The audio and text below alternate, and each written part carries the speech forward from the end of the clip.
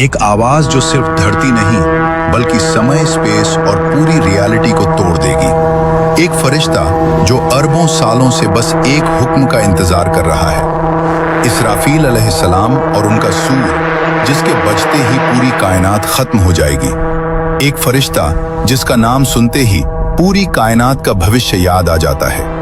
इसराफील अलैहिस्सलाम वो फरिश्ता जो सूर को अपने होठों के पास लिए अल्लाह के हुक्म का इंतजार कर रहा है।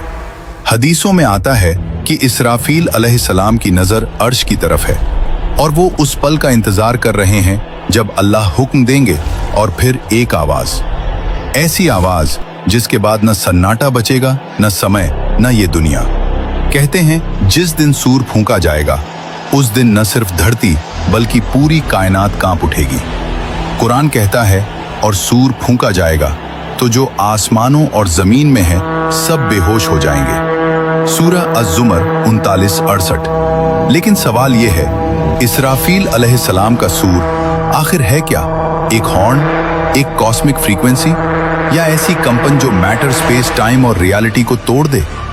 साइंस कहती है पूरी यूनिवर्स वाइब्रेशंस पर चलती है। स्ट्रिंग थ्योरी के मुताबिक शायद पूरी रियलिटी की बुनियाद ही फ्रीक्वेंसी है। हर एटम, हर तारा, हर गैलेक्सी एक अनदेखी लय में घूम रही है।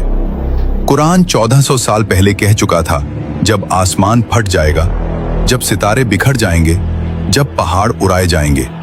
आज साइंस भी कहती है कि यूनिवर्स हमेशा रहने वाली नहीं। एक दिन सितारे बुझ जाएंगे, गैलेक्सियां टूट जाएंगी, ब्लैक होल्स भी खत्म हो सकते हैं। कुछ साइंटिस्ट्स इसे बिग क्रंच कहते हैं, कुछ हीट डेथ और कुछ वैक्यूम कोलैप्स। लेकिन कुरान का क़यामत का कॉन्सेप्ट सिर्फ एक साइंटिफिक कोलैप्स नहीं बल्कि एक डिवाइन रीसेट है। सोचो अगर एक ऐसी आवाज आए जो पूरे कॉस्मोस की फ्रीक्वेंसी को डिस्टर्ब कर दे।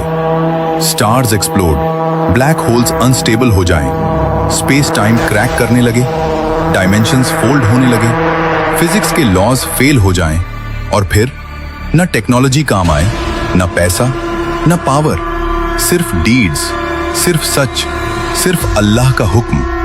इस्लाम के मुताबिक पहला सूर पूरी कायनात को खत्म कर देगा और दूसरा सूर मरे हुए इंसानों को दोबारा उठा देगा। साइंस आज तक मौत को रिवर्स नहीं कर सकी, लेकिन कुरान रेजुरेशन की बात करता है। एक ऐसा दिन जब कब्रें खुलेंगी और इंसान अपने रब के सामने खड़ा होगा।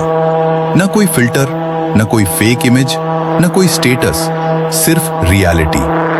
और उस दिन समय भी रुक जाएगा।